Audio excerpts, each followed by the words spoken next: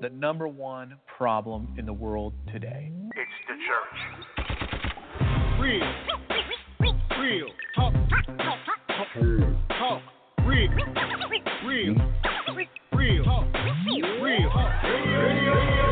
RTR, in conjunction with BEC Media, presents Real Talk Radio. The show that says just because you don't attend with them does not mean you're not in him. The him being Jesus. The show that plants seeds and waters seeds, but God gives the increase. So let's talk about it on Real Talk Radio. Sit back, relax, and enjoy the show. If you just do the math, Doesn't work out. if you just do the math, if you take the gross national income of all the churches in America, if we didn't pay the mortgage, if we didn't pay the staff, if we didn't pay the light bill, and took all of our money and gave it all away to the poor and became homeless to feed them, we still don't have the money when we are taking 10% of a few people's income and they're taking 35% of everybody's income. I'd be that gone if I should have to feed everybody by myself. Now, when I did the math on it, I realized that what I am asking the people to do doesn't work. I can help. I can do my part. I can participate. I can join in. But why did you take 40% of my check and then tell me that I got to turn around and take another 10% to do what you're not doing? When I gave the 40, I thought you were going to feed somebody. And I think we need to rise up and challenge people. Because I switched on that. I used to say that too until I got a calculator. And I added it all up, and I started feeding hungry people myself. And if I fed all 100 people in my zip code, I would have to not pay my staff, and they would be hungry too. So at what point, if you're going to take my money, I don't get to give it, you take it. Before I ever get to see it, I think you can't have 40% of my check and absolve yourself of the responsibility to help feed my community. I'm sorry, I don't buy it. I used to buy it. I used to say it, but when I added it up, it's easy to say that when you live in neighborhoods like we do. But when you actually start feeding them and don't touch health care, when you start talking about a prescription for blood pressure being $400, $600 for one grandmama who's got 5 different conditions in her body, I don't think the church could do it if we all went bankrupt trying. Exactly. Ladies and gentlemen, you just heard out of the horse's own mouth, T.D. Jakes, about feeding the homeless, about feeding the hungry, about going bankrupt if he did. Today on Real Talk Radio, we're talking about when the church won't feed the hungry. Today is May 21st, 2017, in the year of our Lord, and we welcome you to another exciting episode. Grab your Bibles and your seatbelts because it's about to be a wild ride. It's about to be a wild ride. Today. Come on, Bishop. Today. Wow. I'm going to need all y'all to dig deep and get that 40 plus that extra 10 and send it to me. And I won't feed nobody. So we're going to have some people calling in today. We want to talk about this. What happens when a church won't feed the hungry? Because they're afraid that if they feed the hungry, then they won't have enough to keep the doors of the church open. So what do y'all want to do? What happens when a church won't feed hungry? With all the money that they take in, there are church surveys that you can find online that shows that, only about 12% of the money taken in actually goes out to outreach. The rest of it stays in-house. It's overhead, it's cost for mortgages, insurances, salaries, for this and that, robes, all this different type of stuff.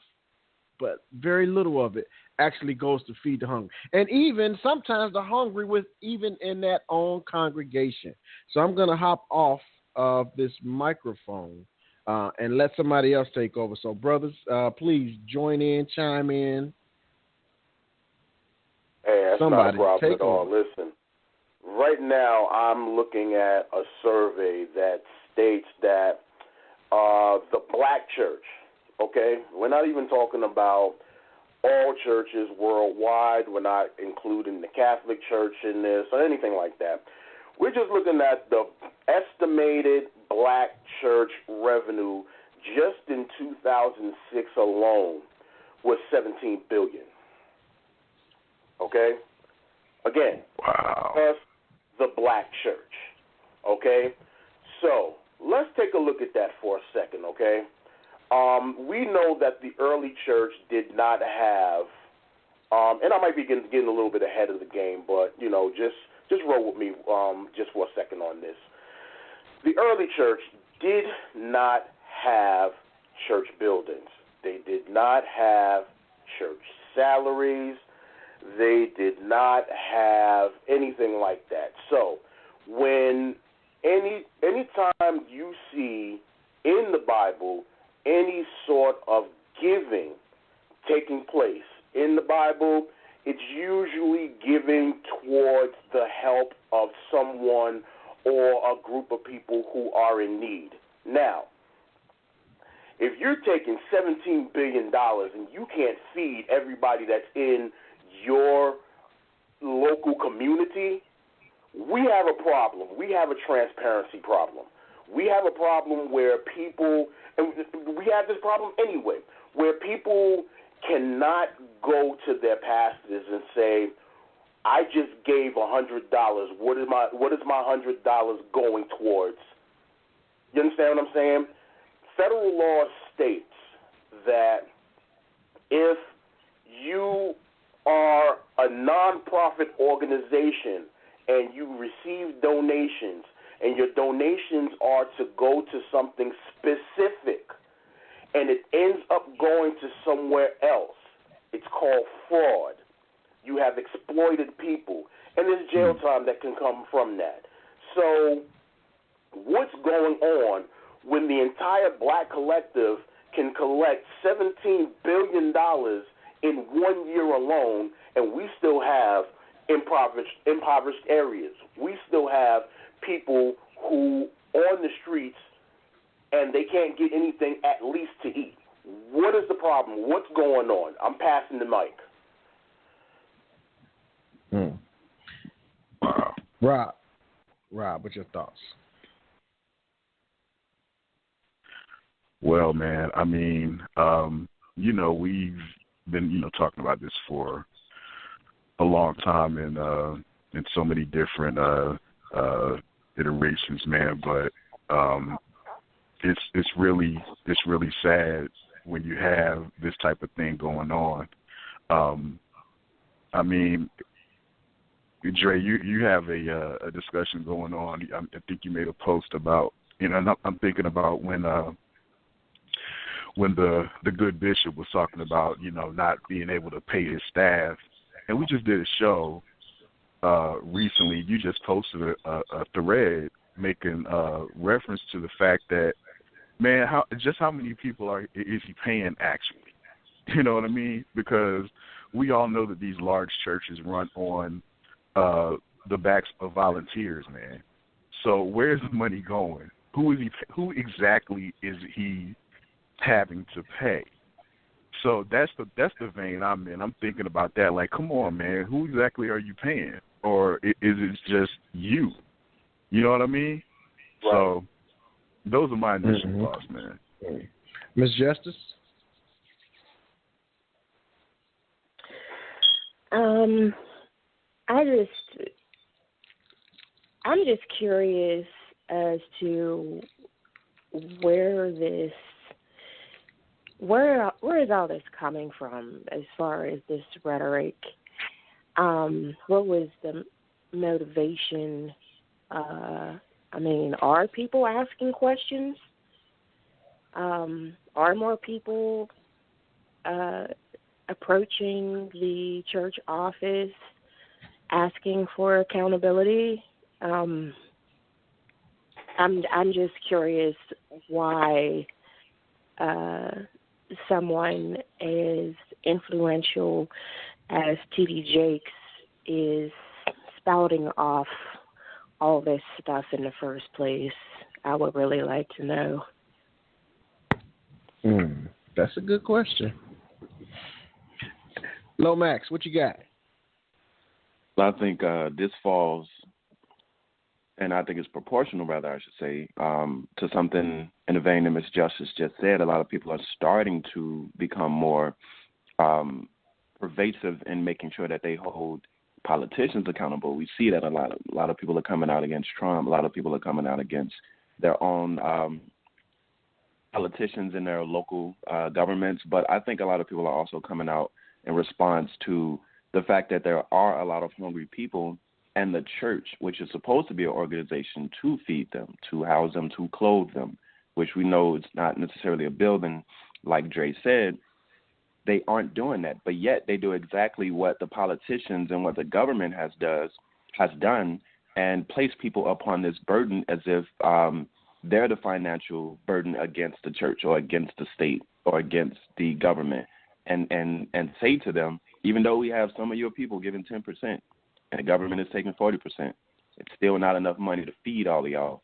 It's your fault. I mean, that's pretty much what they're telling these people, and to triple shun them like that, to shun them for not even coming to church, to shun them for thinking that they're not Christian, and to shun them for being poor and homeless and hungry, like that's the biggest slap in the face that the church has ever presented through the voice that we just heard of T.D. Jakes, who's supposed to be this mega-time pastor, hoarding, of course, so much money to himself, saying that he himself would go broke if he fed them. And that's just Texas alone. But I did a little math, and it's only $30 billion to feed everyone in America, just America. And if Dre was just saying, if all the black churches together pulled $17 billion in 1 year, how many years cumulative? If we go back, there was another study done at the black church from 1980 till I think it was an earlier time in the 2000s, pulled in $480 billion and didn't do anything with that. So if we're pulling in $17 billion annually and $480 billion in 20-plus years, where is that money going?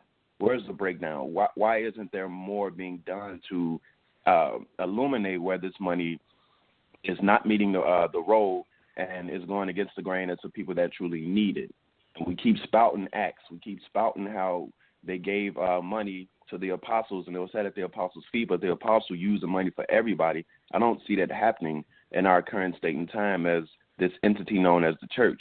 This money is meeting cars, it's meeting planes, it's meeting more value for them, and it ain't meeting the poor, and it ain't meeting the hungry. I'm sorry. Mm-hmm. David, we got you? Yeah, you got me? Yeah, well, we got you. What are your initial thoughts? Well, you know, all that stuff Bishop Jakes was talking about is bull. Man, we're just going to call a spade a spade. So the last public numbers that we have that we know of, let's just tell the truth on some stuff, brothers. The man's personal net worth from the last set of numbers that we had, which I really don't believe to be accurate numbers anyway, they had him at $18 million. And that's just Bishop. Now, you take into account the sheer number of people that he has up under his influence with that kind of financial firepower. He and his church alone could wipe out poverty, probably in the city of Dallas alone, where his ministry is. And I know that sounds like a bold statement, but I think what we have to do is we got to consider what happens in the hearts of people who get behind an initiative that's bigger than them. Mm-hmm. So you got 18 million. You have a man who has global influence. He's known in parts and places that we ain't never even heard of. So to make a statement that if the church got together and gave all that we have, we couldn't meet the needs of the community because we simply don't have enough, then that is an indictment against him. That is not, I don't want to just limit it to him. That is an indictment against the church that lives within the community that says it's supposed to serve. Right. So it isn't a badge of honor to say we don't have enough. It should be a wake-up call.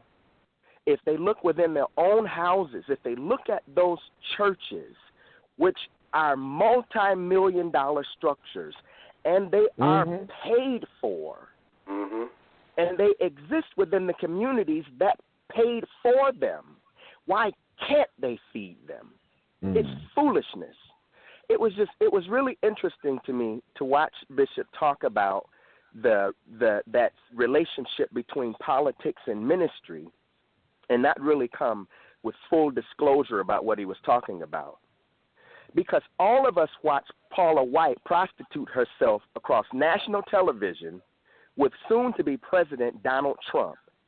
Yep. And then after Donald Trump got into office, we all heard the show where she was interviewed talking about how she is his personal minister. She has his ear.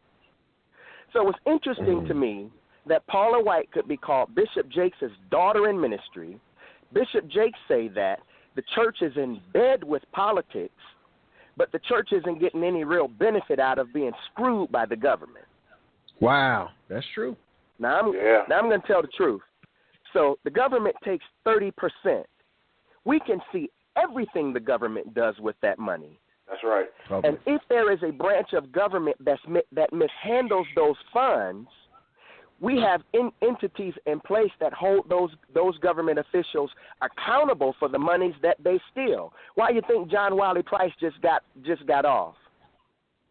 They had a big old case here in the city of Dallas over John Wiley Price overtaking bribes over the last however many years he's been serving in office. They held him to account. They brought him before the courts. Name one church that's been brought before the courts over the amount of money that they've taken in and have not really been accountable to those communities that they should be serving with the money that they're using. I'm sorry, y'all. This is kind of passionate for me. He talks about the church takes in 10%. Listen, he says the church takes in 10%. That is not the truth. Nope. He is limiting that only to the tithe. The money that the church brings in other forms of income, tithe doesn't even compare to what they bring in through special offerings. A small niche in the armor. Come on, talk to me. It doesn't even register. That's the deception, though, isn't it? And see, this is the type of deception that I was talking about on my thread just last night. When you only get part of the truth. You don't disclose everything. You don't disclose how Okay, MegaFest is coming up. Okay, and if you were to just take, because they're looking at an estimated 50,000 people who are going to attend MegaFest, estimated, which means that it's going to be it might be more, it might be less. But let's cut that number in half. 25,000 just men. And we know that at these conferences, women outnumber the men 3-1. But let's just look at the men for a second. At the lowest amount of registration alone, which is $69. Because there's more, okay? $69 at $25,000. At 25,000 people, it's over $1.7 million alone. We ain't talking about DVDs, CDs, or T-shirts.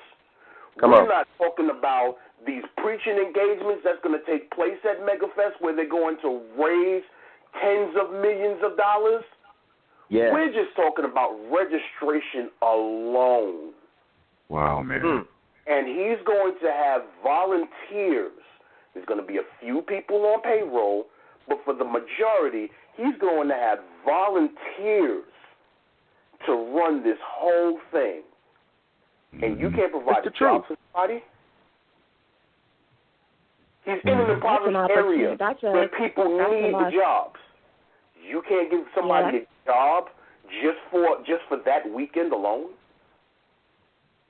You need volunteers to do this? Yeah. Wow. Liability. I guess. Now, I've done the numbers. Let me test this one statement that he made. He said, I can do my part, but I'm not going to feed all of the poor and all of the hungry. Who's asking you to feed all of them? Even though I believe you can, but nobody's asking you to feed all of them. Are you really doing your part? Is there any one person in your congregation that's hungry, that's on the bus every day, that's struggling? Is there even one? Right. But let's look at Acts 4 for a second. All of those apostles fed everybody. They fed everybody. Yes, they did. Had a need. That's why them deacons came about. That's the specific reason why they came about. What do you mean you can't feed everybody? Hold up. What do you mean you're not going to feed everybody? Brothers, let's talk about this. Brothers and sisters, let's talk about this. How much land? Let's talk real practically. If it were really about the people, Bishop Jakes owns acres of land. And I don't want to limit it just to Bishop Jakes because the issue is bigger than him, and he has really laid out a model that many are following. So these churches, they really own acres of land. They own property. They have investments. What would it be to purchase a couple hundred acres of land, or what would it take to earmark a couple hundred acres of that land and plant some corn, plant some potatoes, plant some cabbage? I mean, just practically speaking, if we're talking about feeding people and you have access to all of these practical resources, you can stick a seed in the ground and feed people for the rest of their lives, even if it wasn't anything more than a potato and a grape and a banana. Their focus isn't there. They're not concerned about feeding the poor. The focus simply isn't there. Marjorie, you have something you had to say? I think earlier I was just I think while Andre was talking, or I wanted to further just reiterate the deception in just that short clip we heard of T.D. Jakes. It's just more deception and a lack of honesty, actually. And there was something else I wanted to just say just now. Is it true that there's like a women's shelter, David, near Potter's house, like a women's homeless shelter? Or the only one that I know of is Women Called Moses, and I do not believe that they're associated with the Potter's house in any way whatsoever. Now, if the Potter's house has a women's shelter, initially the Potter's house was designed to be Rahab's refuge, which was designed for women. But if they have one, I don't know of it. But there's a women's shelter not associated with Potter's house, is what you're saying. There's one called Women Called Moses, which is a phenomenal organization that my wife and I and many have given to here to support those women who are coming out of abusive relationships, and they're out of Dallas, Texas. But I don't know that they have any association whatsoever with the Potter's house. I don't believe they do. Okay. They can't afford it. They'll go broke. So, and I think David made not just even really about T.D. Jakes. He is literally the low-hanging fruit of the moment because of what he said. But this is America-wide. This is nationwide with these churches. Like I said, a lot of pastors and leaders take their cue from T.D. Jakes. Now, you have even these small storefront churches. And some of these storefront churches have money, have a lot of money, but they choose to stay in the storefront in order to hoard the money because the rent might be a little cheaper. Insurance may be a little cheaper than having their own building. And, then you have some small congregations, and then you have these huge denominations. The AME, CME, Kojic, all these huge denominations.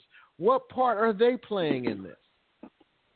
All these bishops, they got the College of Bishops and the CME and all this different stuff. What part are they playing? And we're not saying, so I want people to get up here and think that we're saying that churches aren't helping, because that would be a lie. Because there are churches that have soup kitchens.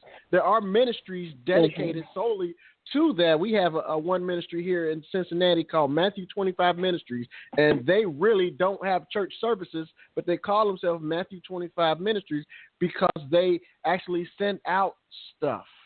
They have people donate to them all the time. They have volunteers. They send out truckloads to like victims of Hurricane Katrina. They were sending stuff out. They do more stuff than the local Red Cross. Yeah. But for us, I just didn't want everybody to get that confused to think that we're saying that churches don't help. That's not what we're saying. Go ahead, David. Yeah. Now, they do have, and I think we have to make a distinction between the church and institutional churches, and I try to make that clear, distinct difference. Very, very, very, very different. Because I do not consider the Potter's House to be a church. And one of the reasons that one comes up so high on the radar is because it's high on the radar. But there are many, quote-unquote, churches which are not churches. They're simply business. And listen, y'all, the things that they do for the benefit of a write-off for taxes for their business. That's right. They don't do them out of benevolence, the benevolence from their hearts. They're simply business transactions. So to be fair, the Potter's House has Megacare. Now, that sounds right. That sounds good, right? That sounds accurate, right? Sounds. But it sounds right. But Megacare does not belong to the Potter's House.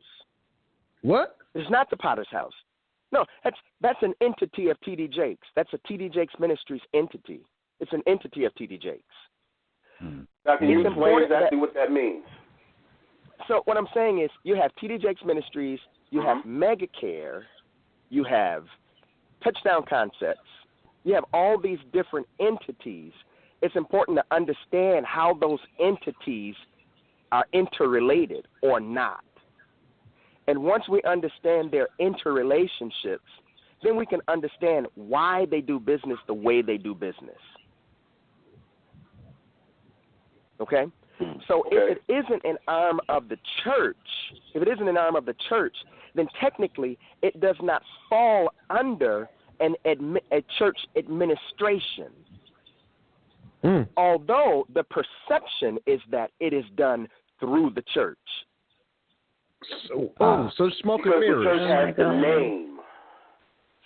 The church, the entity uses the benefit of its relationship with the church to say that this is, because people don't ask questions. So the perception is the church is doing this. It ain't the church. Wow. It ain't the church. Wow. The church is different. And businesses do what a lot of these quote-unquote churches do all the time for very specific reasons. This is what we got to understand, y'all. These institutional churches take in hundreds of millions of dollars a year. And they pay lawyers and attorneys in these law firms millions of dollars a year to protect them. In addition to that, they pay lobbyists to lobby Congress to protect their interests as well. Wow. They have to. So the reason they have to think about it. How else can ministries do the things that they're quote unquote ministries do the things that they do, and no one is held accountable? We have more ministries than we've ever seen in our lives. And there's more money floating around in these ministries and more abuse taking place with the handling of these finances. And the reason why there are no real charges being brought, no one has any real specifics. Everything is so secret. But I'm hoping that we're putting some pressure on these fellas who are standing in these pulpits calling themselves pastors. I'm hoping they understand that we're getting closer. Or at the very least, to those people that have this information and want to be able to allow people to understand exactly what's going on, like what you're doing right now. Yes. Yes. And the thing like is, them. Nothing's going to change until the people actually stand up. And the people won't stand up because they aren't given truth and they don't know how to study for themselves, so they're not going to stand up. That's why they keep them in the dark. Right. You keep them ignorant, you can control them. Yes. I would say shame on. Let me say this, Sister Justice, if you don't mind. Because I definitely want to hear the question too. But I would say shame on every assistant pastor who knows the truth about their church's financial dealings, but you hide it. Right. Shame on every secretary. Shame on every CFO. Shame on every church administrator. I don't care how much they are paying you. It is not worth you losing your soul by hiding the truth, as those men and women exploit God's people, and you know it, but you do nothing. You are just as guilty as they are. I can't lose this house. You crazy. My kid's still in college. I ain't saying nothing. Got this new Bentley. Go ahead, Ms. Justice. David just said such a mouthful. I had a question. How come after, all of that rationalization by T.D. Jakes and just that clip, that he was not countered with Luke 18 about the man that the rich ruler that is Jesus? Yes. What must he do to inherit eternal life? That's good. Yeah. And Jesus said, "Why do you call me good? Nobody is good except God alone." And he further told him, "You know the commandments. You shall not commit adultery. You shall not murder. You shall not steal. You shall not give false testimony. Honor your father and mother." The ruler said, "All these I have kept since I was a boy." When Jesus heard this, he said to him, "You still lack one thing. Sell everything you have and give to the poor, and you will have treasure in heaven. Then come follow me." And the ruler, when he heard this, he became very sad because he was very wealthy. And Jesus said how hard it is for the rich to enter the kingdom of God. Indeed, it is easier for a camel to go through the eye of a needle than for someone who is rich to enter the kingdom of God. That's craziness right there. But you know how the church plays against that. They say the poor will be with you always. So in consideration to that, they switch it over and say, well, yeah, there's always poor people, so since they'll be poor, we don't need to feed them. We don't need to clothe them. That's what God said. God said they'll be with us forever, so why are we doing for them? We keep this money in our pocket. But didn't T.D. Jakes say that if he gave away all and fed the poor hungry, that then his staff would then be poor? What do you mean? Do they not have the ability to work a job? If they're working for you, they can work for somebody else. Theodore Dexter, that his name, Theodore? Whatever his name is. But, if they can work for you, how come they can't be able to work for something else or somebody else? That's because they don't work for you, doesn't mean they're going to be poor. How many people have you fired? How many people have you ejected from your church? Huh? Are they poor? Answer that, Theodore. It's Thomas. Theodore. Wow. Thomas. His name is Thomas. What? It's Thomas, yes. Tommy, yeah. Tommy. Turned that boy into a chipmunk. He called him Gil. Yeah, but the real question is, what's really going on in these quote unquote churches? And the answer is no one knows. No one really knows. So we talk about the hidden code that exists within many ministries where there are things that they just don't talk about. I get that. That's a culture. Every house, every company, every organization has an established culture, which is sometimes an unspoken rule that they operate by. I get that. What happens in Vegas stays in Vegas. Stays in Vegas. Right, I got you. Vegas rules applies. Vegas rules applies when you talk about personal things. But Vegas rules do not apply when you talk about business.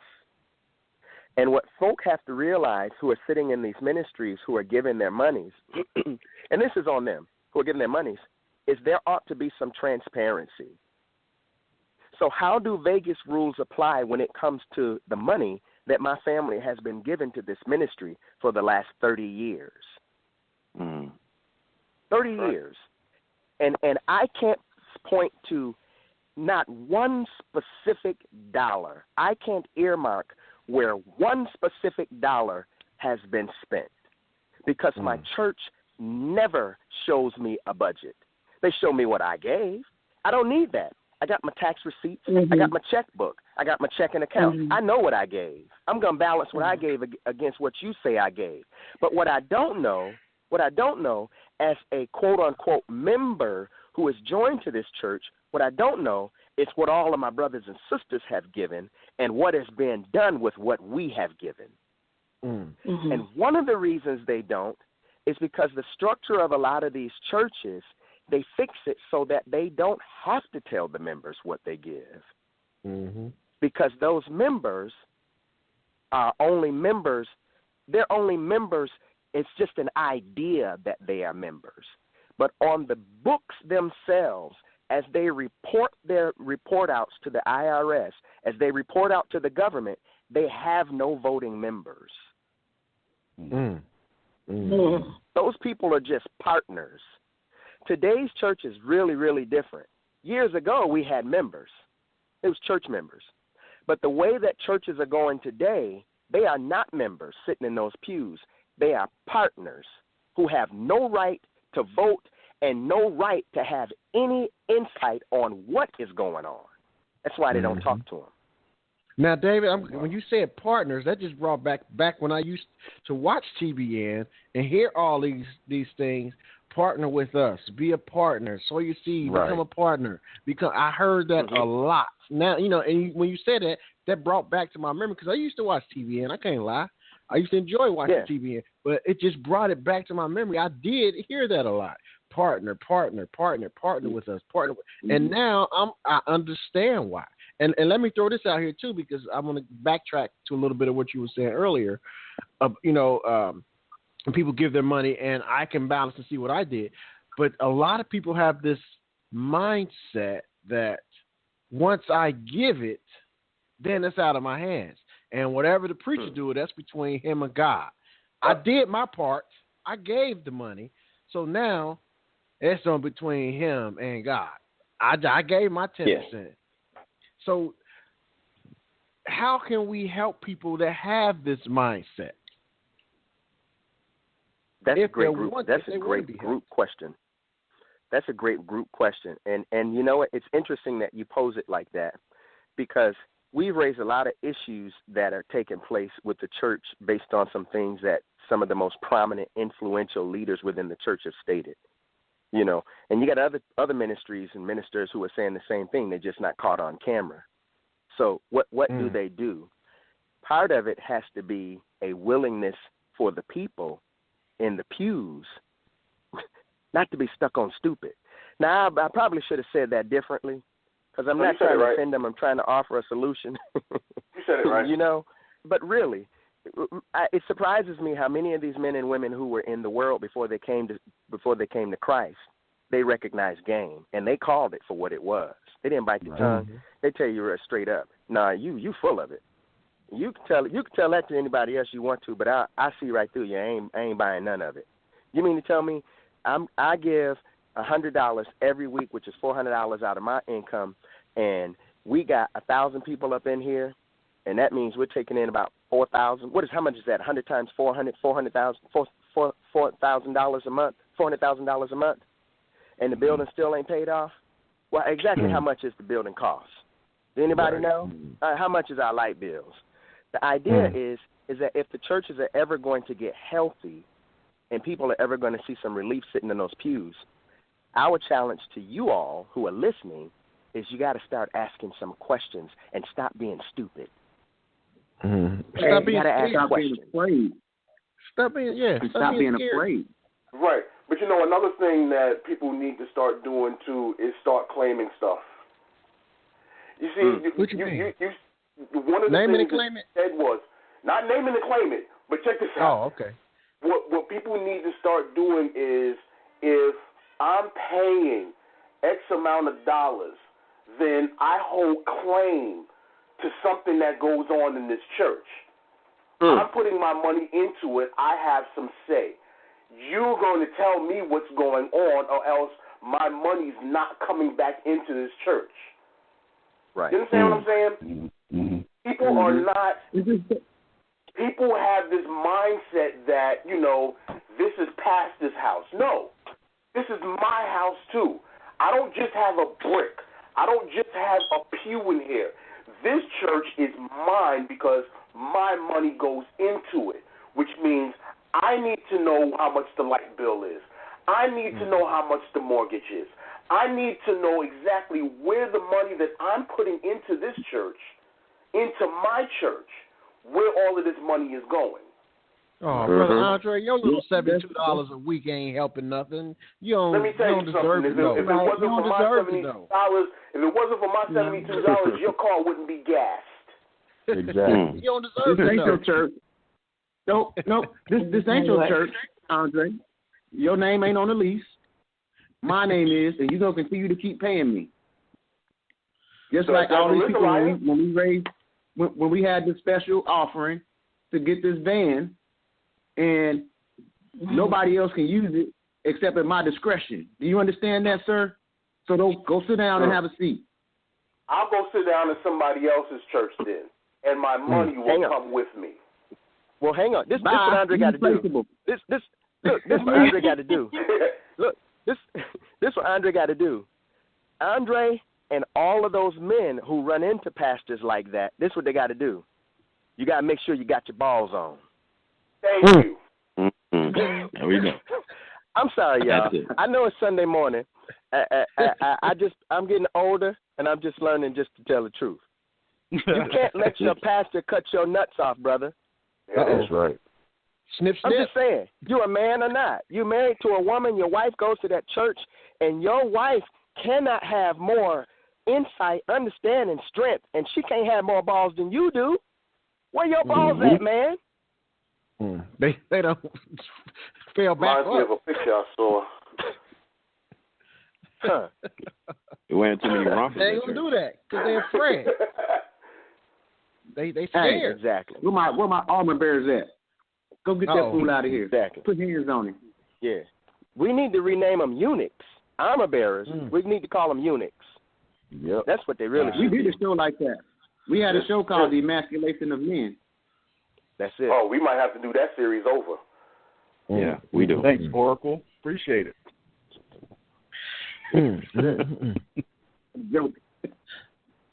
So I still want to talk about these Yeah. denominations because I think denominations have more money. Well, who has more money? Is some of these denominations, or do you think that Potter's House has more money? Man, the Catholic Church got the loot. Or more influence. So you got Kojic. Because Kojic, I think they said, is the biggest African American denomination worldwide. Is that in the true? world? Yeah. I don't know if that's true or not. I haven't ran the numbers. I don't know. So do they have more money and more influence? I'm pretty sure that I know they got way more members than that is at the Potter's House. Do they have more influence in the communities that they're in? Because Kojic is a denomination, so they have multiple churches, even within the same city. They have multiple Kojic churches.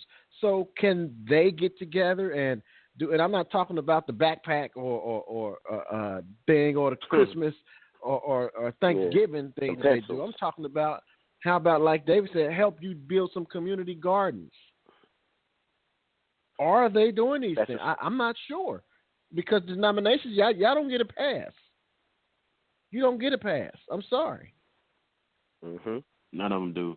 And it was like I said before, they're like on my street, just in Chicago alone, going down not 1 mile, which is 8 blocks in Chicago. There are 40 churches on both sides of the street on Ashland. 40 in a 6 block radius. 40. It's 40, and none of them are doing anything. Just around my corner is a church. I don't know any of them. The pastor never came, knocked on my door. They don't do outreach. They don't do whatever they need to do in order to see what this community is going through. And just in Chicago alone, like, of course, with all this violence, you would think these mega churches would step up and say something. I mean, you probably can't feed everybody. If y'all want to be on T.D. Jakes' side, you probably never will. And I know you have the money to do so. But what are y'all doing about this crime, though? Don't y'all know these people that live in these communities? Some of the mothers are going to your churches of these people who are doing these drive-bys, of these people who are killing kids. But y'all have nothing to say on that regard. But I bet they'll align their denomination, even if it's not under what T.D. Jakes does, but they'll align with him in that reasoning that, yeah, we're going to hold on to these dollars, no matter what these mothers are going through, whose sons are dying by the multitudes each year. It kills me that they would have this mindset that it's profit before people, and all of these organizations under all of these denominations, and call themselves churches and call themselves people who believe in God, and omit Matthew 25, as I think it was John saying about the organization that goes around helping people. Omit that completely, just on the basis of money. People love to be controlled, and that's what it all boils down to. They love to be controlled by their church, by their local government, by their pastors, bishops, whatever the case may be, and they want to see what we're saying, but it's so hard for them to do that because they can't come out of the mindset that there is no control over me. I am my own man, as David was saying. I do have my own set of balls. You know, that is the hardest thing for people to see in this day and age, and I don't know why that is. It's so many multiple areas that act just like the church. If y'all look at it innately, you're literally giving yourself over to this rationale that poor people are where they are because they're poor, or, you know, homeless people are where they are because they're homeless, not the conditions that place them there. And the church is doing the exact same thing that the government is doing and telling these people it's their fault. Y'all are okay sitting back, letting people starve to death, letting people like freeze in Chicago, especially because they ain't got nowhere to stay, and that's okay. But y'all are Christians. So here's the challenge with it. Here's the challenge that we issue to, you know, all of those pastors with them big titles. Every archbishop, I don't know where they're getting that from, but them archbishops, the chief apostolic apostles. I'm talking to you. Yeah, we're talking to y'all. And if you know they ain't listening, go ahead and forward this message over to them. Send them the link. To every chief apostolic apostle, to every bishop, to every pastor, to chief every prelate. Evangelist. Hey, come every on. Prelate. All of y'all, every prelate, every one of y'all who are sitting in these church houses, and we ain't just talking, we're talking to y'all about what we do as well. Every one of y'all sitting in those church houses who have all of those people sitting under you, whether you got 20 or whether you got 20,000, get out of them buildings. Get your behind. Now I'm not on your deacon staff, Pastor, so I can talk to you like this because I ain't afraid of it. Mm-hmm. Right. Get your behind out of that church and get downtown and get in the face of that local congressman. Get in the face of that individual, the local legislator who represents your community, and give them hell. And stop ruling over these 10 little, 20 little people, trying to give them hell over what they not giving. Get in the face of those individuals who have more power, more influence, more finances than you do sitting in your own local house, and hold them accountable to serving the people in the community that you serve. What am I saying? What are we saying? Use your influence for something other than getting preaching engagements. Surely you can do more than preach. Surely you can do more than quote-unquote pastor. If your pastoring doesn't darken the doorstep of the local leaders in government who really run the city, you ain't running nothing. You ain't running nothing until you use your influence beyond influencing men in your church and start influencing men in official positions within your city. You ain't done nothing. So here's the solution. Get out and use your influence, Bishop Jakes. Use your influence, Creflo Dollar. Use your influence, Cindy Trim. I'm just going to call the names out. All of your pastors, bishops, use your influence with the government.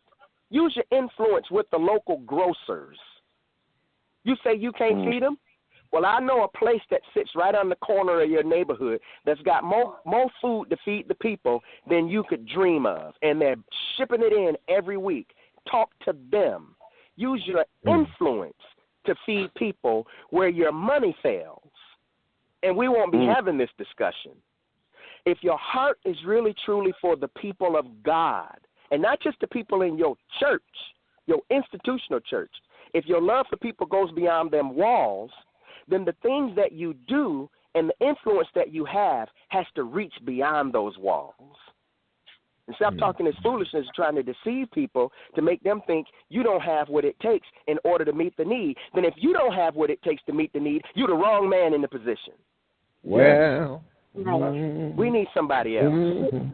All right. Well, I'm going to play this. You don't have to. Go ahead, Ms. Justice. You don't have to do it just because we say so.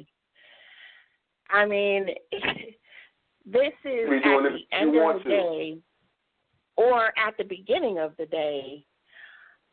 I mean, this is about eternal life, you know, because you're at the end of the day, the rich ruler asked Jesus, what else can he do? And Jesus told him what to do, and the man didn't want to do it. So I guess, you know, aren't you concerned about your own eternal life?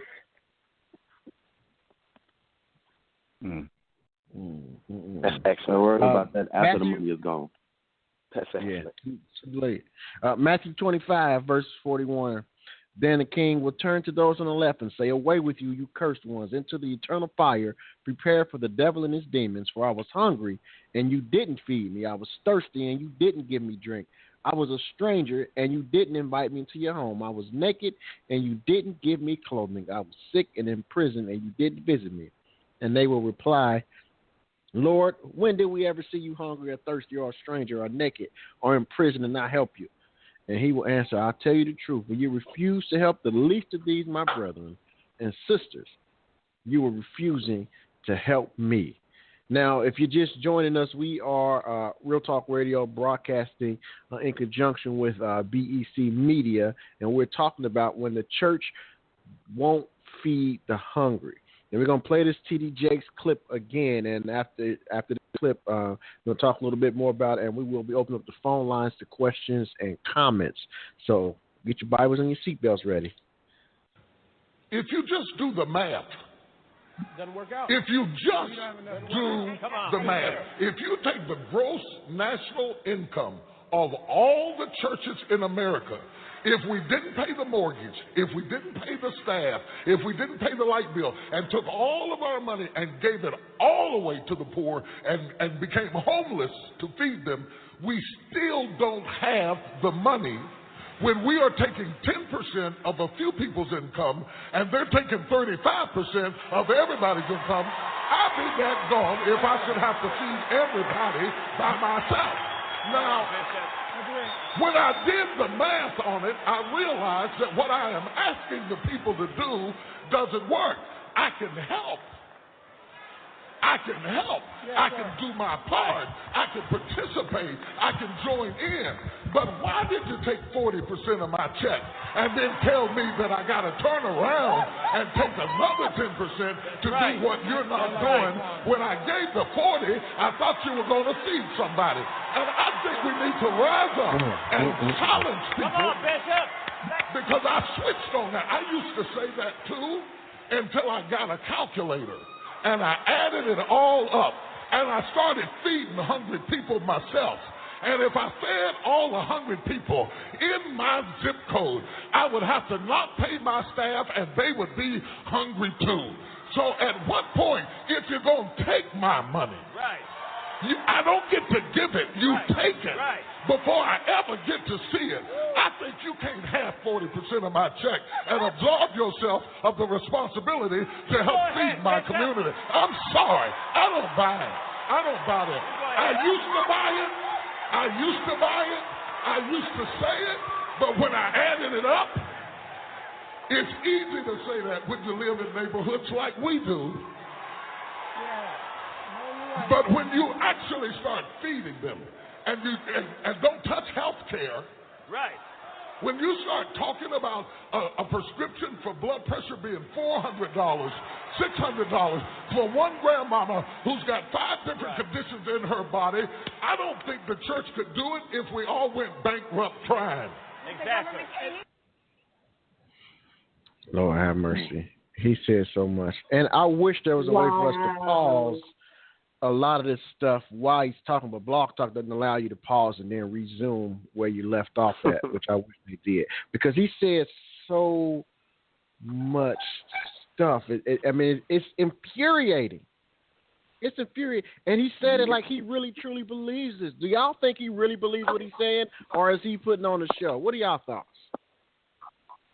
Well, isn't it always a show for Jakes? I mean, part of his appeal is he's an alternate ringmaster, and I really want us as black people to stop it. Okay, I mean, you're not even taking the time. Sit down, stop cheering. Sit down, open your ears, and really listen. We're not listening. All we hear is, I mean, that's all we, I mean, is that all we want in life? Is that all we, are our standards so low that that's all it takes for us to get turned on? Like, why can't we just, if you saw the clip in video, you saw other men, there was a line of men and sitting behind him, and they were sitting there, and they were more sober-minded. You know, they didn't get all excited. They were. You can tell they were listening to what he was saying.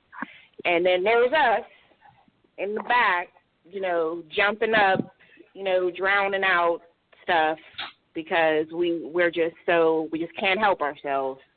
It just sounds so good, even though if you really listen to it, it doesn't make sense. Mm-hmm. But do you think he believes what he's saying? No. Yeah. I think he's very political about what he said. In the sense that even if 40% is coming from whatever he makes with all of his organizations and institutions with the Potter House, if woman A is sitting in his pew and 40% is coming out of her check, which is really 30%. I'm not going to say 40, but she's giving him 10%, and then she also gets the 30% that the government is taking from her. She may be making, after taxes, her whole check, $12,000 a year. She can't feed herself. But if he's making $40 million a year and 40% comes out of that, he still can get steaks. He still can have 15 refrigerator fulls of food. So it like he's saying that to appease, I think, the political people that were sitting there next to him. But he stirs with an emotion like Ms. Justice was going into to make the black people fall hook, line, and sinker for it. He doesn't believe what he's saying. He's only doing that to keep the church or to keep people in the church, I should say.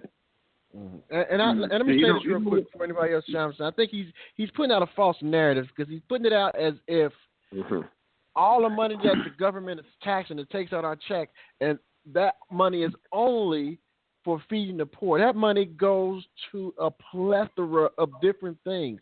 When they take your money, I mean, it goes for schools, it goes for roads. I mean, it pays your government employees. That money goes for a lot of different things, different initiatives in the community, and that's why there's accountability when you give your money to the public. There's accountability for it. I now work for the government, and I can see where people that have open records requests, you can go down to your government and ask to see how they are spending your money, and they have to, by law, depending on your state, what you have to do, but go by law and see. And you can have an accounting. That's why they have city council meetings that are open to the public. Usually most cities or townships or whatever have websites where you can go and view the budget. You can see the money that's coming in. You can see it, but you can't do it there. So all the money that's 30% what he's making like it's 40, but that 30% is going to a plethora of different things. But as David said earlier, we can't see the money that we're giving to you, Tommy. We can't see where that money's going. I can't do a public records request for on your church. I can't. You can't. You can't do it. So for me, it's hidden. So for me, just the level of deception. Jonathan said he changed the narrative a little bit, in which he did. But just a little bit, the government does not take 40% of everybody's paycheck. Just saying 40%, almost that's only leaving you with 60% of your money. So if that's the case, and then he's talking about they only take 10% from the little people they have, and then the thing that just kind of really got under my skin is the perception that he put out there that he's defending grandma who has to pay for that $400 prescription. Yeah, you still taking 10% from her. Yep. Easily. So how you trying to defend her yet you still raping her? And not literally raping her. Maybe I should have just chose better words. Exploiting her. How about that? Yeah. Let me chime in on this, man. Turn around and stop it with the backhand. Yeah. She getting it coming and going. let me tell you, man. There's so much that was said in that clip, and the clip definitely had some truth to it. I'll say that the clip had some truth to it, and in Bishop's concept the thing he was trying to convey, he was saying, you guys are taking my money and all of our money before we ever get it. That's the truth. That's the truth. And we know that the government has a certain level of transparency and accountability when it comes to fiscal affairs. And we know that where there is a lot of money, there is always an ungodly amount of corruption. Money just corrupts, right? Especially when people fall in love with it. But the question that really comes to my mind, it's a couple things, but the first one that really comes to my mind is when he says, if we took all of the churches in America and added all of their income up, that to me is the real catalyst of the conversation. That's the catalyst. Because there are more than 300,000 churches in America, and that number, I don't know if that number is even accurate. But if the Google search on that comes out right, 300,000 churches, why in the world are there so many ineffective churches who aren't able to meet the people's needs? Because that's what I heard. He said, it's a whole lot of us, and if we all got together and put all of our resources together, we can't do nothing good for these people. We couldn't feed them. That's what I heard. If all of the churches got together, we couldn't do it. I think that there's a problem with that. I think there's a problem in that division. I think there's a problem in that math, in that maybe there are too many churches all doing different things. Maybe if we would just unite. Maybe if we would just unite around one cause, serving people, and shut a lot of these buildings down and focus purely on serving the people, maybe we could do a lot more than what he's suggesting that we're able or unable to do. So I think that that's one major problem that just kind of sticks out for me. It's a lot of churches. We put them all together. You add in churches that have 50 members, if he's doing his math, churches that have 50 members, and that church brings in $12,000 a year. And you add that in with those churches who have 12,000 members who bring in $50 million a year. I mean, so the math isn't quite honest. It isn't real honest math. So the question begs, if we're throwing everybody in the midst, how many of these people are we adding in church-wise into this number are real viable numbers? How many of these are real churches? How many of these are really making an impact? I just thought that was just kind of an interesting point, to kind of make on the comments that he was making. But there is some truth in what he's saying. But it still doesn't absolve ministers of their responsibility to use their influence. We've never needed money to solve our issues.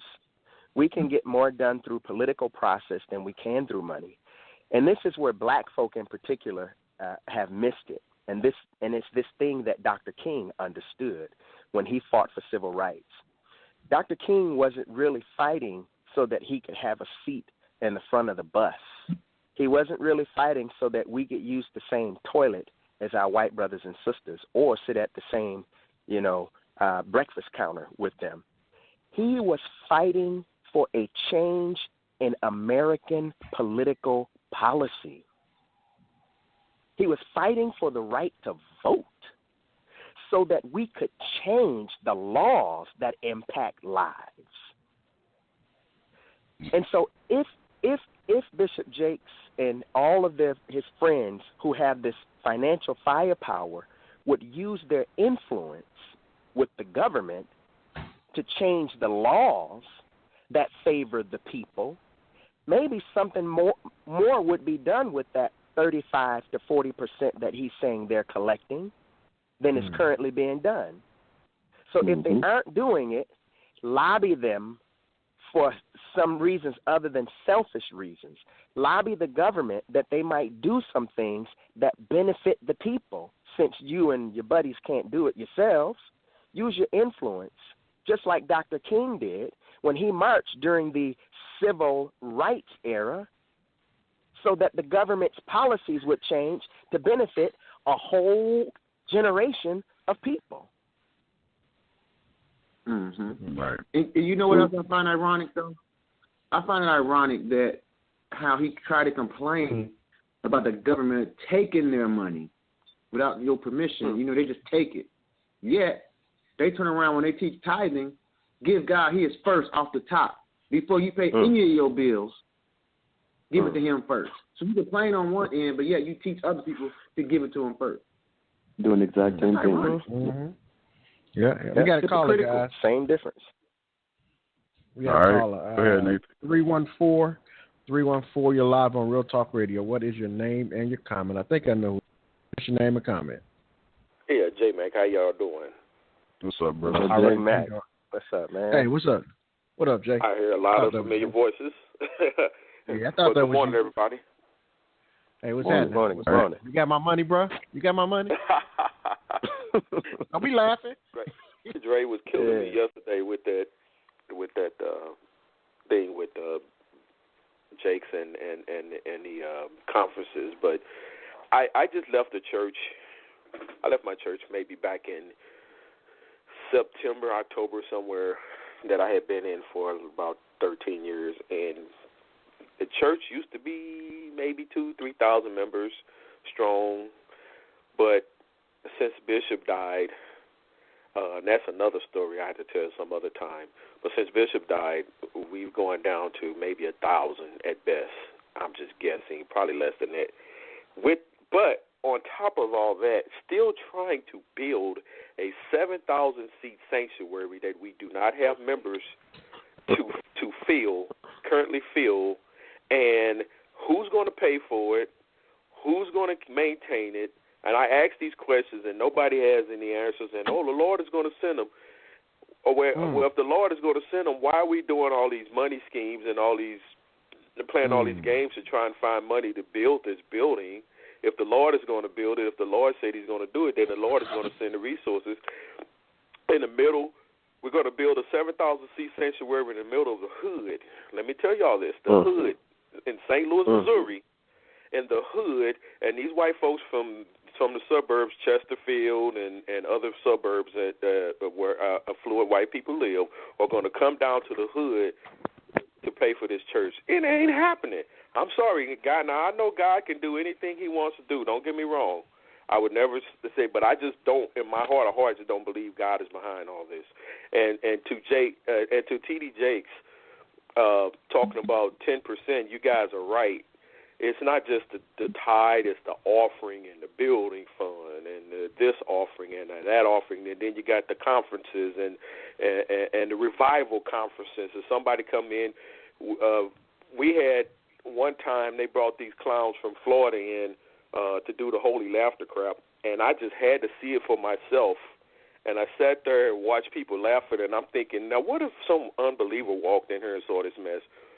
I got up and left, and one of the guys' husband who was in charge of the thing. One of the guys' husbands. Yeah, it was a lady. Excuse me, the lady was in charge of it. Her husband. I don't know how to say this, but he was clipped. Let's just say that, and no balls. He was neutered.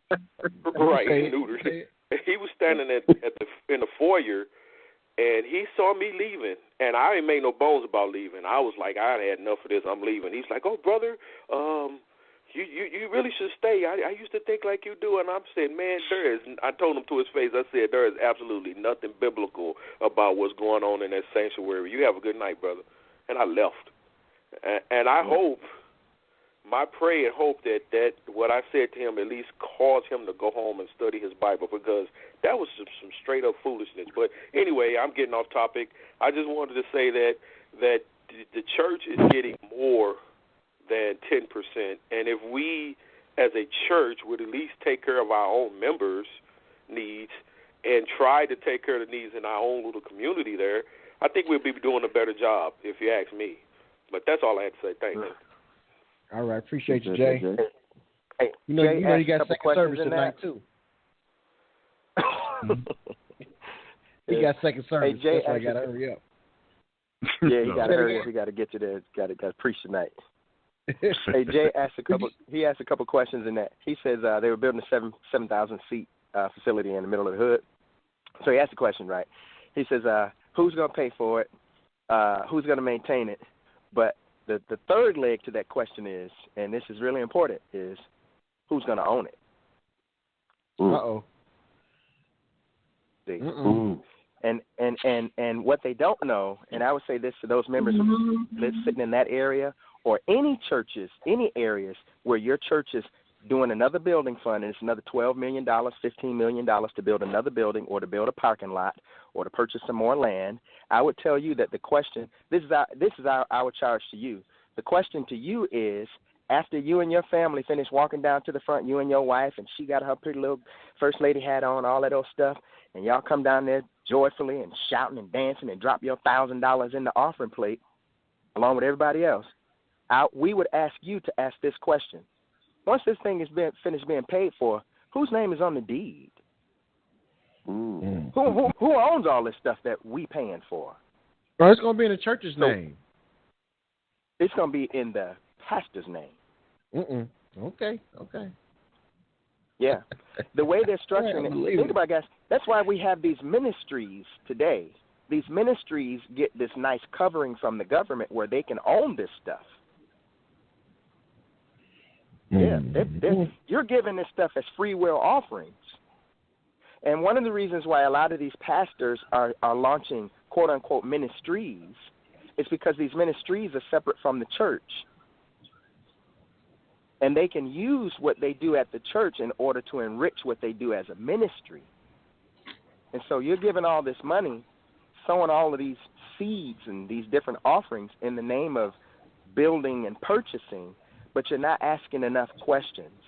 So when they finish adding on this wing to the church that you attend, you want to know who owns it. And I think it's just a legitimate question. If we're going to give $12 million, $12 million, who owns it?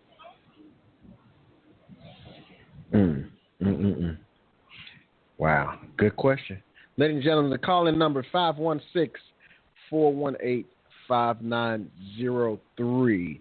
It's Real Talk Radio, and we're talking about when the church won't feed the hungry or the poor or whatever have you. Hungry, poor, it's all together. And a lot of times when we do shows like this, not particularly this particular subject, but when we question things the church isn't doing for the community, they always try to throw it back at us. Well, not they. I'll say certain people try to put it back on us. Well, what are you doing? Well, what are you doing? Mm-hmm. Well, what are you doing? Mm-hmm. And so I asked them, what are they doing? Since you want to ask me what I'm doing, what are you doing? We're talking about your organization that you are a part of, and we're asking what that organization is doing. But you're trying to personalize it and ask me what I'm doing, so I'm asking you, what are you doing? Oh, well, I give my tithe, and that's what I'm doing. Really? Really? I mean, have y'all heard that? Have y'all gotten that before? Where they said, well, what are you doing? Yeah, what are you doing? And that's a cop-out. Yeah. It's a distraction. It's a way to take the focus off of their organization, and if they are the leader of that organization, it's to put the focus back on you. It's a way to they don't have to answer your question. They don't have to answer it because now, well, what are you doing? Well, we're talking about you right now. Now, after we finish talking about you, if you want to talk about what I'm doing, then we can talk about that. But let's finish talking about you right now. That's where I'm at with it. Anybody else? That's good. That's good. I mean, we're all givers, you know. I mean, it's what we do. It's what we do, you know. We walk the walk and talk the talk, you know. I mean, I can't tell you the number of, oh, my God, just, you know, GoFundMe. Man, I think my credit card is registered with GoFundMe. You know? And I don't, no, literally. And I give to causes, you know, my wife and I say my wife and I because it's whatever my wife does, it's me. Whatever I do, it's her. It's our family. It's our household income, you know. Right. And it isn't, and what we do doesn't just boil down to finances from giving to worthy causes. We're not just frivolous and foolish in how we give. You know, worthy causes with people that we know, we love, and that we trust. And then some organizations we just give to. Wikipedia, you know. My wife and I, we give to Wikipedia. I mean, who does that? And the reason we give to Wikipedia is because we source a lot of our information through Wikipedia because Wikipedia does their homework. So you can kind of trust their information rather than just pulling some stuff off the internet or some nut who doesn't really know what he's talking about. He changes his mind 2 or 3 times a year, you know. Alicia Keys has an organization out in Africa. Her organization takes care of young women out in Africa. We give to that. We fed some children, 12 children from Guatemala for a year. We supplemented the income of a pastor for a full year at his church, church. I mean, just all kinds of stuff. And we're not even just talking about money. We're talking about in the community. In the community, there's a disaster that struck out here in Texas. And I know many of our brothers on the call, they work with youth. Those are all forms of giving. Yep. They work with youth. You know what I'm saying? We're in and out of the hospitals. When you compare, listen, if we do a percentage comparison of what we do outside of the church to what many do inside of the church, a percentage comparison, you all put your money together and stick it in an envelope, and who knows what happens to it. You see a big building that goes up that doesn't have your name on it. You see a bunch of backpacks that have been purchased and loaded up with pencils and notebooks and stuff like that. But what you don't see are the free haircuts that we're giving. That takes out of the personal time from our families. What you don't see is the volunteer hours that we give down at the local homeless shelters or at the seniors homes, the convalescent homes, where we're reading and ministering to the seniors.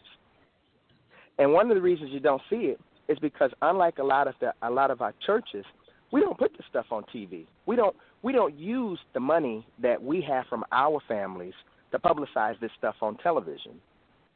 to say this is what we're doing. But just because you don't see us doing those things doesn't mean we aren't doing those things. So while your pastor takes your money, invests millions of it into television to tell the world all of the wonderful things that you all are doing, just understand that it costs millions of dollars of your money in order to tell the world the things that you're doing, which means there's some things you can't do because it's been invested in television. And apples to apples, if you look at what comes out of our personal incomes in order to do the things that we do, man, we got y'all beat hands down. Wow. We got y'all beat hands down. Because you're talking about, for a lot of us, $50,000 a year annual income if you're single, 60, 70, 80, less than 100 if you're married. And if you're giving your time and you're giving your resources, your financial resources, yeah, I think what we do is a lot more impactful and a lot farther reaching than what y'all doing. Because what we do is personal. What y'all doing is done in the name of some organization. Right, and it's going to stay in that organization, majority of it, 80%. It's going to stay in that organization. No ripple effect. Just little things you can do. I don't know if your city has a rec center or whatnot, and they charge fees for, just give them $50 and say the next 10 kids or however much it is to come in, it's on me. You ain't got to put my name on it. Just say, just pay for the next people who come to get a membership. Let them have it for the youth, for the kids, even for our senior citizens or whatever. Little things like that you can think of to help, to help people. You see somebody in the grocery store, if you got a little extra money, help them. I mean, I ain't telling you what to do with your money, just different ideas of ways of helping. And, you ain't nobody telling you to break your bank. Paul said it. I think it was in 1 Corinthians, the second one. I forget which one.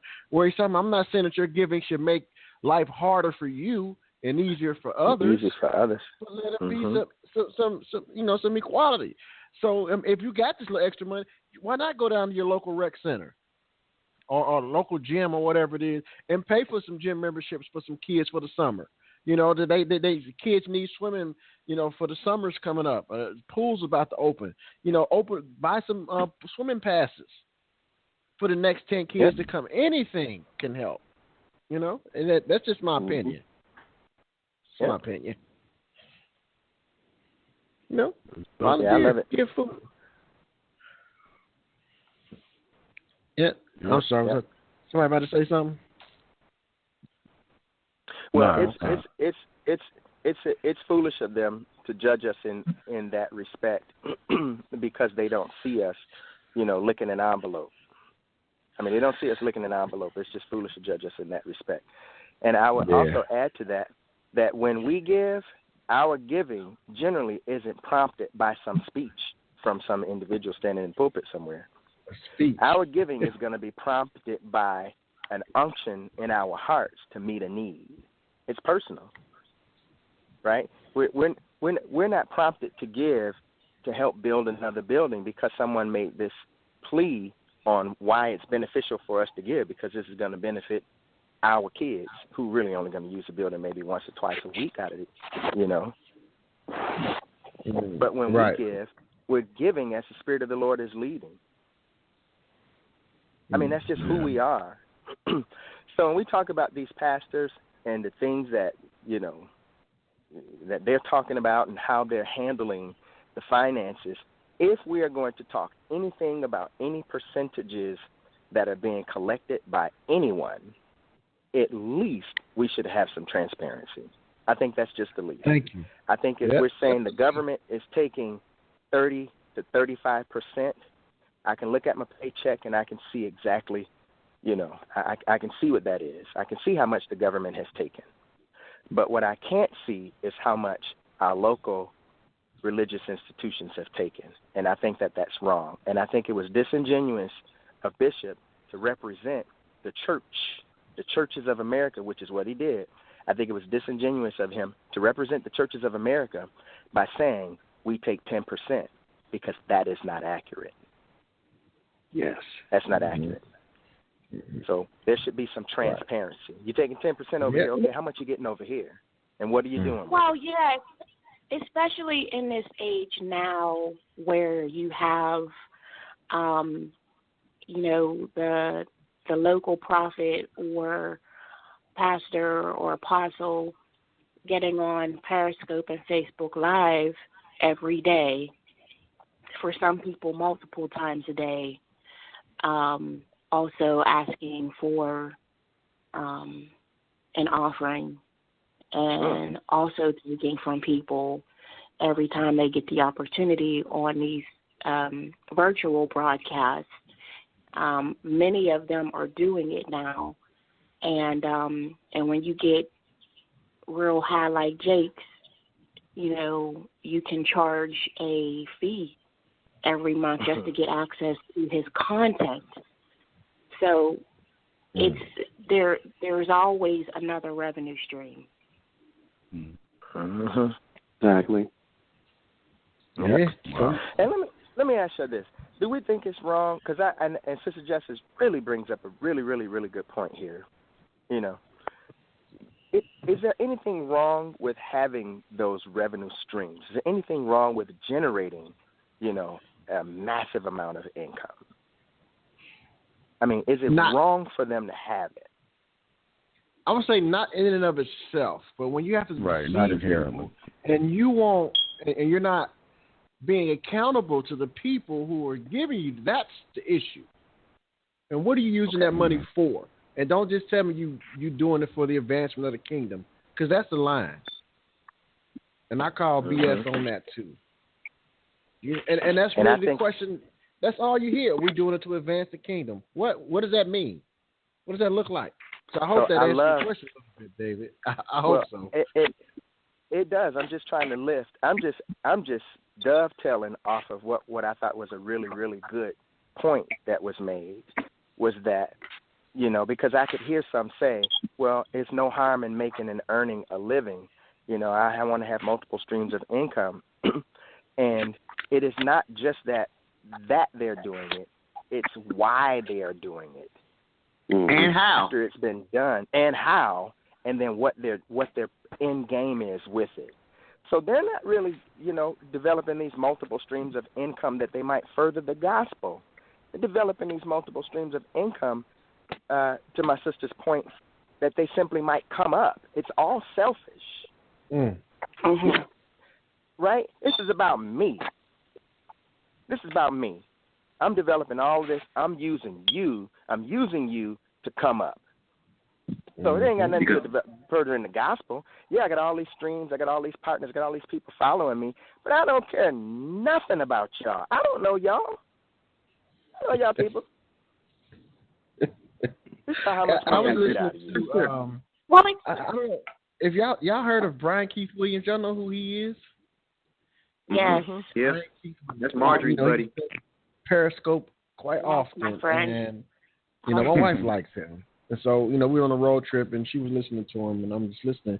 And somebody's like, bless you, man of God. He gave that $50 seed. And when he said that, more people start giving. He was like, there's another one, there's another one, there's another one, there's another one, there's another one.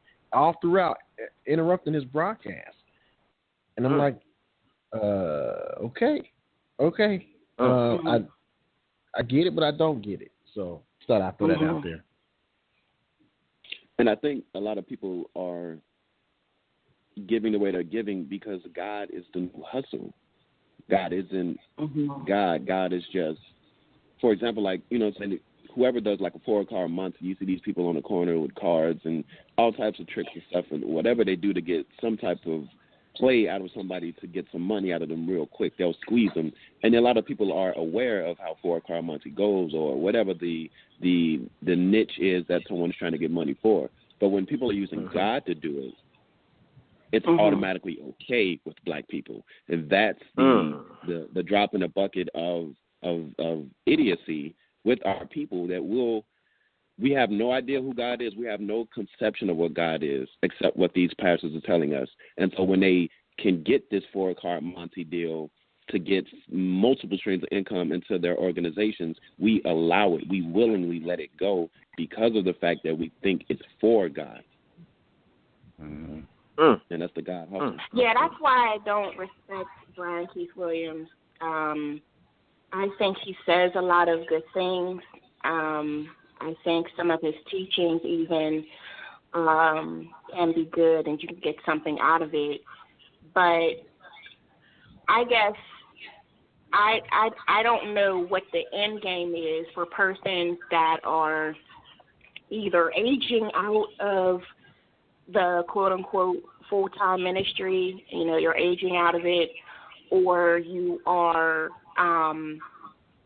maybe for whatever reason you have decided to retire from that platform and go about this virtual way.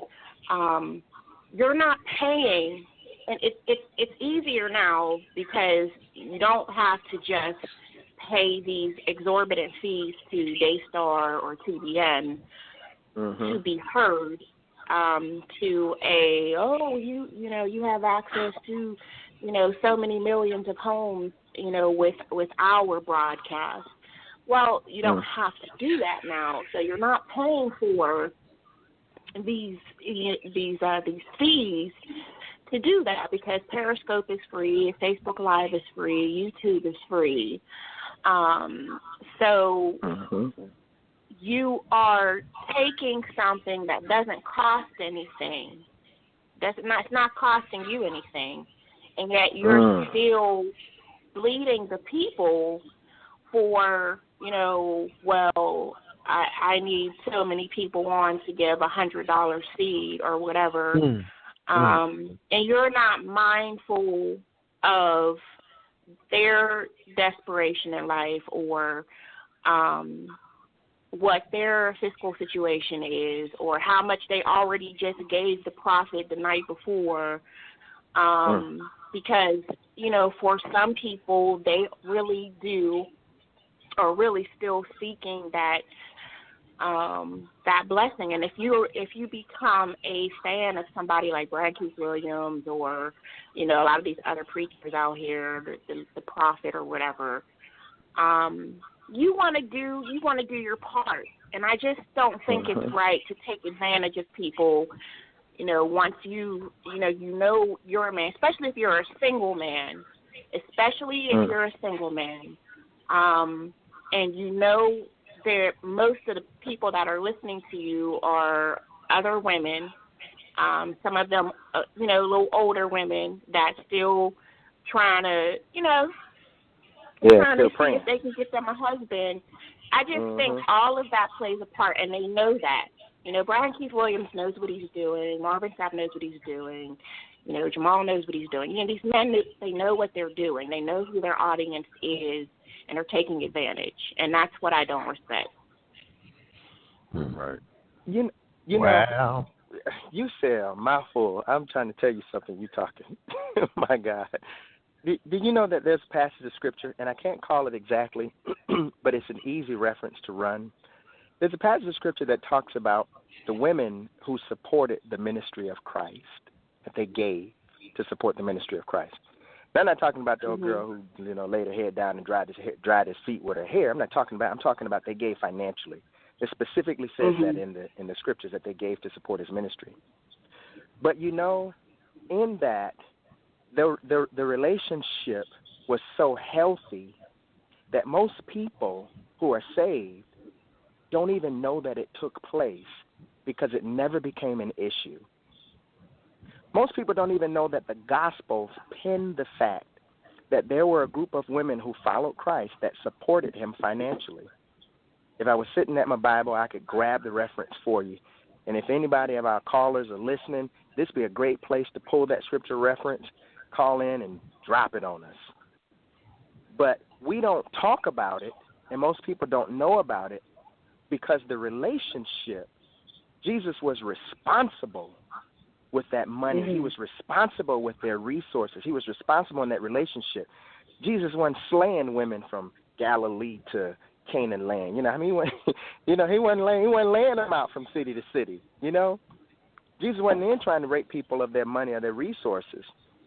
So he did all that he did and was able to do, and we know that they had a money bag because Judas and his raggedy behind one day became the pastor. Judas and his raggedy behind got a hold of the money bag and was stealing from the money back. So we know they had money, but there was never a financial integrity issue as far as the people were concerned with the money. So it's just interesting to me that you're drawing those correlations between those men in ministry and how they're using that position of influence really to, you know, to get stuff out of people, particularly women who are, you know, that God is really that they're kind of drawn to. Mm-hmm.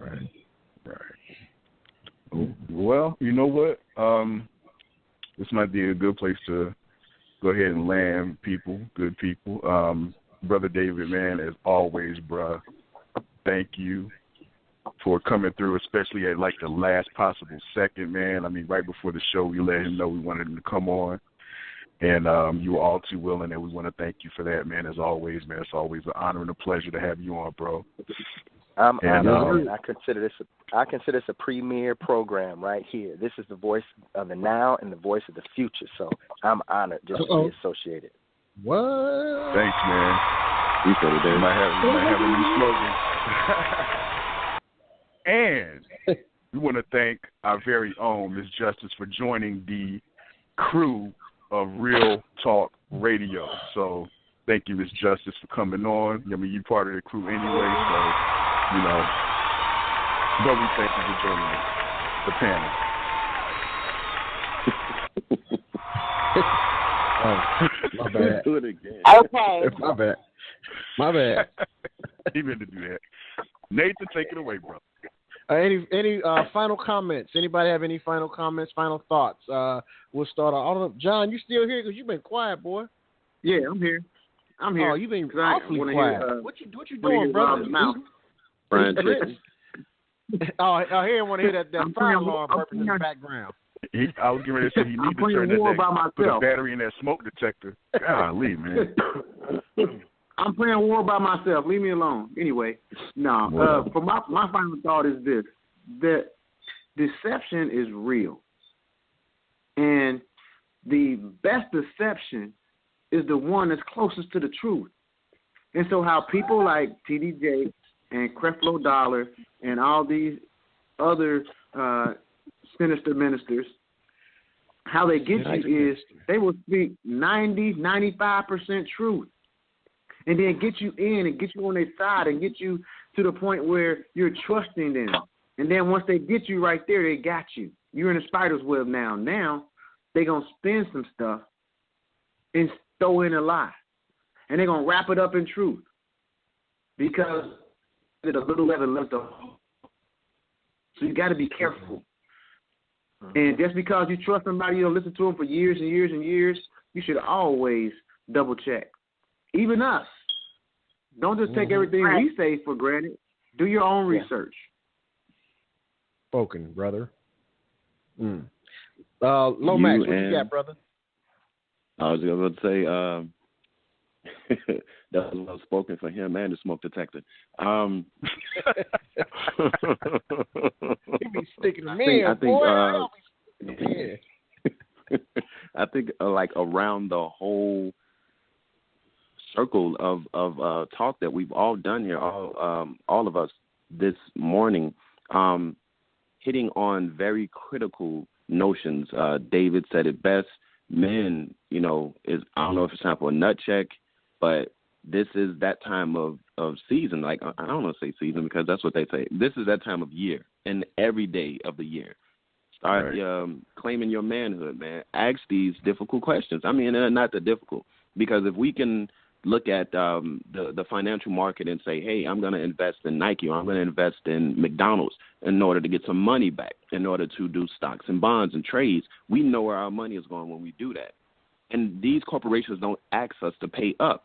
But if your church and these buildings and these organizations known as ICs are asking you to pay for, as Jay brought up, a 7,000-seating place, where's the money going? Why is it going there? Why do you need my money? Or pull your money out. Like, this is your money. At the end of the day, this 10% that they're asking for, it's not voluntarily. They're not holding a gun in your head.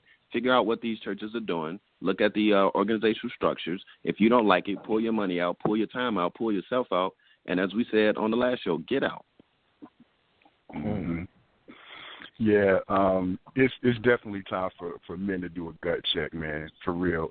And this entire discussion is based on the fact of what happens when you make the church the middleman between yourself and your charitable giving.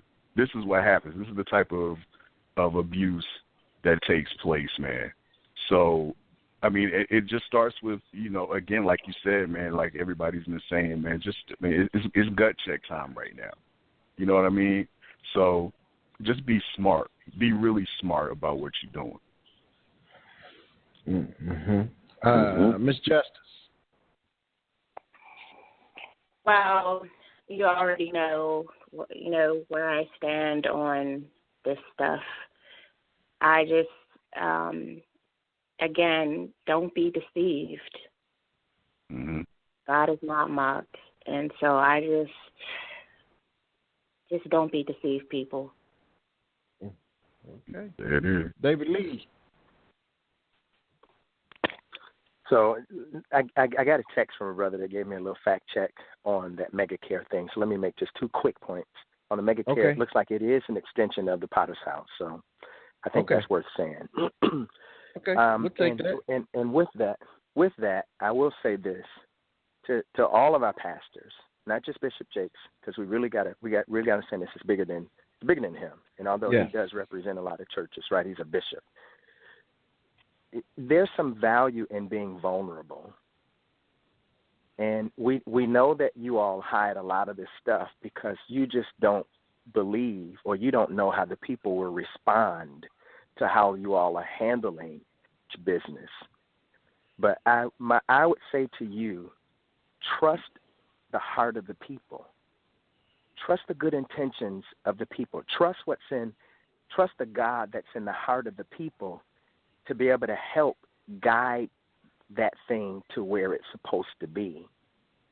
It's too stressful for you to try and manipulate the truth and hide the truth and try and guide this thing to where you want it to be.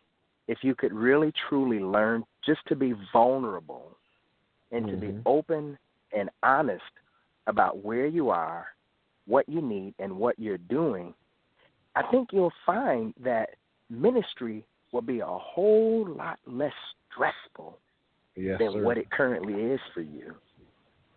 You're carrying a bear on your back, and you're carrying it for a reason. Vulnerability is really what I would leave you with. And if you don't understand what being vulnerable means, I would challenge you, look it up. It's a simple definition. And if you say you love the people the way that you do and you have a hard time getting put in this headlock by brothers and sisters who love you, yeah, we put you in a headlock publicly today because you deserve it. But that doesn't mean we don't love you. Right. You're going to take this public butt whooping because we love you. If we didn't love you, we wouldn't tell you what we're telling you. So learn to be vulnerable and understand that we are really, truly coming from a pure place when we say to you, the things that you're doing, it's not good for the people. And not only do we see it, but the people, or you. And not only do we see it, but the people who say they love and support you, man, they see it too. Learn to be vulnerable. There's some real benefit in it.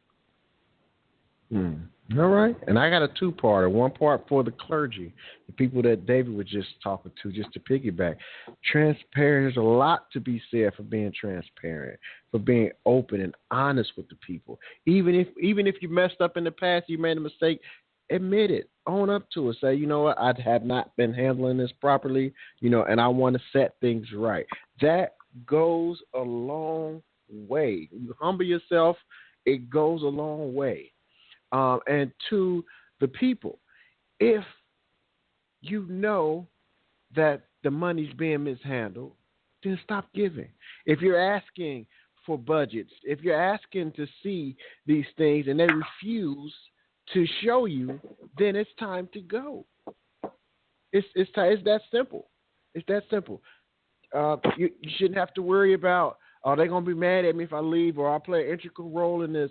You know, no, it's your money. Nobody can force you to give it.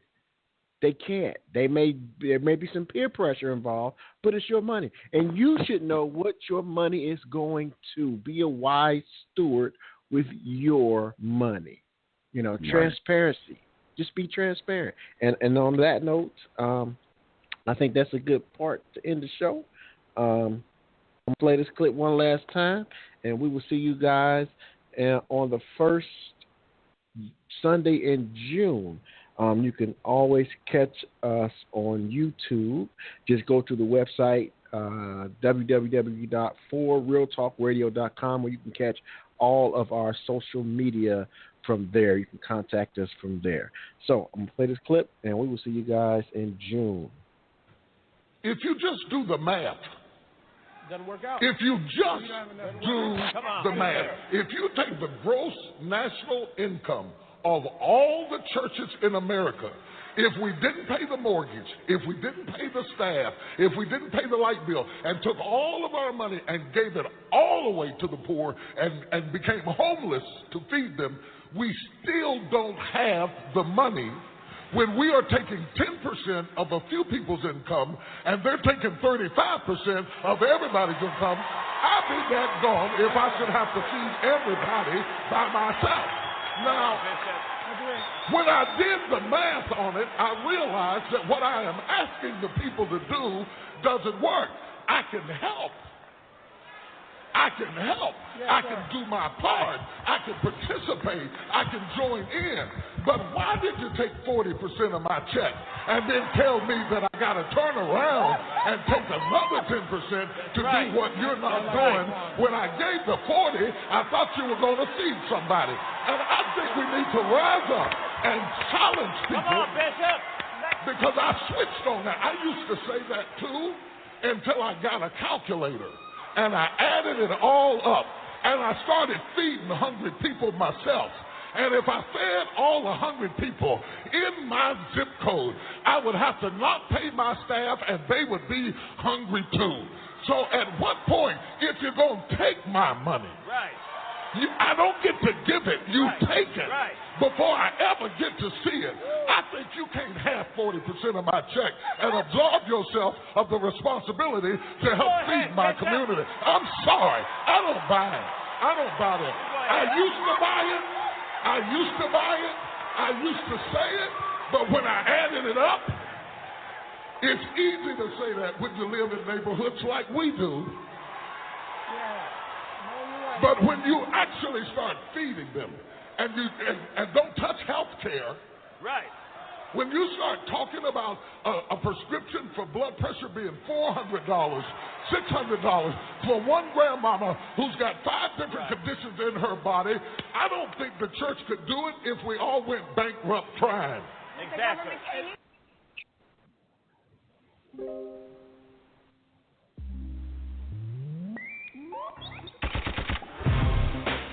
Thank you for listening to this week's episode of Real Talk Radio. Check out our website at www.forrealtalkradio.com for updates on all of our social media platforms, like our YouTube channel and Facebook page. Feel free to send us your comments, questions, or criticisms. If this show or any of our past shows have helped you in any way, please feel free to share it with your friends and family. See you next time.